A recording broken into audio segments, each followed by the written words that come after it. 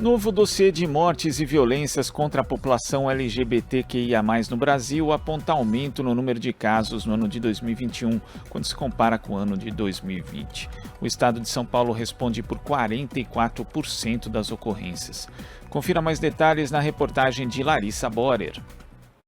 Lançado na noite desta quarta-feira, o novo relatório produzido pelo Observatório de Mortes e Violências contra LGBTI+, contou com a parceria de várias organizações sociais no processo de reunir os dados apresentados, entre elas a ANTRA, Associação Nacional de Travestis e Transsexuais, Acontece Arte e Política LGBTI e a ABGLT, Associação Brasileira de Lésbicas, Gays, Bissexuais, Travestis, Transsexuais e Intersexos. Entre os dados expostos no relatório, um chama a atenção.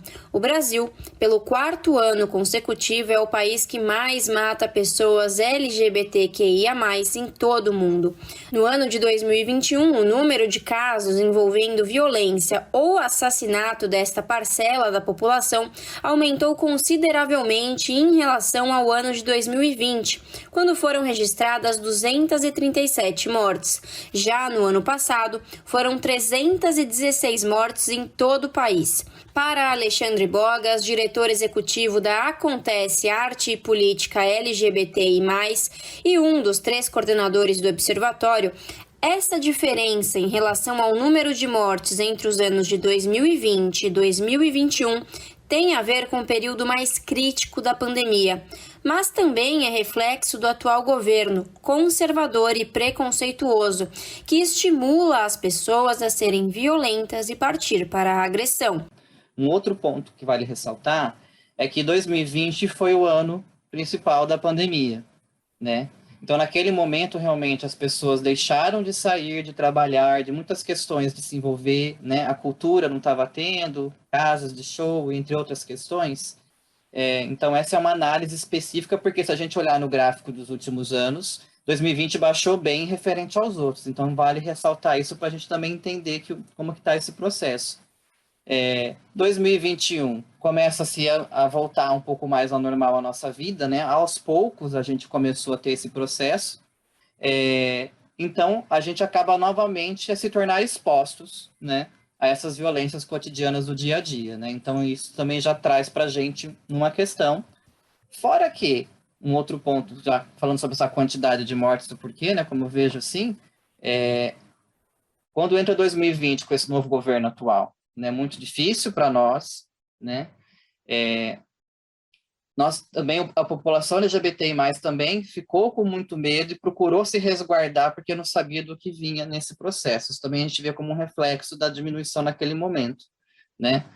2021 já começa a aflorar cada vez mais o conservadorismo, o preconceito, que já sempre esteve no mundo como um todo, mas a gente vê que isso aflorou e cresceu muito mais, né? Então já começa a refletir nas mortes, voltando, infelizmente, a sua média. O relatório também mostra que São Paulo é o estado que mais mata pessoas LGBTQIA+.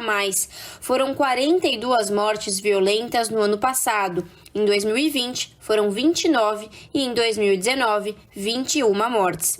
Em relação às capitais, São Paulo também é a recordista. Em 2021, foram 13 mortes violentas na capital paulista, seguida de Salvador, com 11 mortes, e empate nas capitais de Manaus e Rio de Janeiro, ambas com 8 mortes violentas.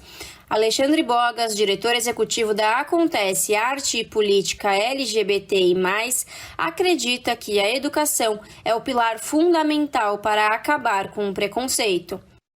A população nunca pôde discutir abertamente as questões de diversidade, de gênero, orientação sexual, né, identidade de gênero, direitos sexuais e reprodutivos, né, as questões, né, das mulheres. Aí a gente envolve todo esse papel que está tudo em conjunto, né.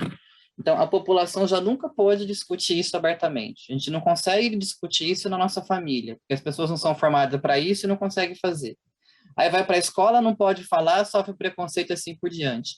Nós só vamos conseguir mudar toda essa situação quando a gente realmente puder falar abertamente, com tranquilidade, para se ouvir e ser ouvido, entendeu? Para construir essa diversidade sexual e de gênero, né, que a gente existe nesse mundo, Enquanto a gente não conseguir fazer isso, né, que é através da educação, não vai se mudar. Então, assim, ao meu ver, né, como Alexandre, eu vejo que o processo principal de mudança radical é a educação. É a educação na escola, na saúde, na empresa, em casa, na praça, aonde você puder falar e puder discutir, né, quando eu falo formação, né, numa conversa, esse eu vejo como a solução principal, que demanda tempo. O preconceito acontece em várias esferas da sociedade e, na maioria das vezes, começa em casa, onde a própria família se volta contra a pessoa LGBTQIA+.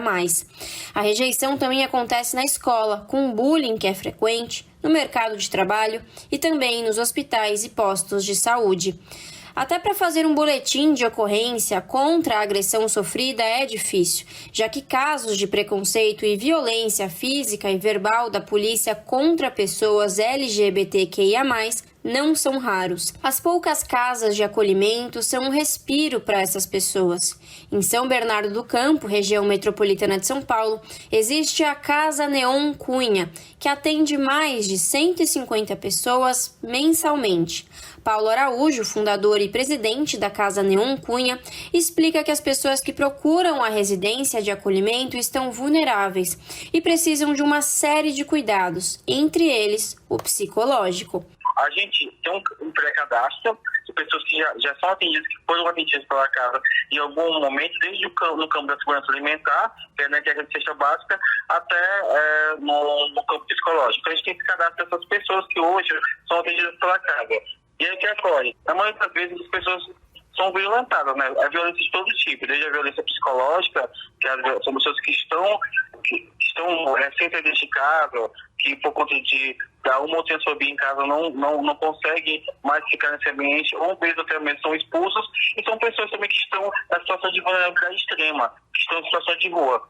Então, assim, as pessoas buscam um acolhimento psicológico, mas um conforto também para que elas possam tentar se entender nesse momento, sabe? Se compreender nesse momento. Além do atendimento presencial, a Casa Neon Cunha oferece atendimento psicológico de forma virtual, que pode ser solicitado pelo site ou pelas redes sociais da casa. Para ter acesso ao dossiê completo, entre no YouTube da Acontece Arte e Política LGBTI+. Larissa Borer, Rádio Brasil Atual e TVT. Você está ouvindo Jornal Brasil Atual. As notícias que os outros não dão.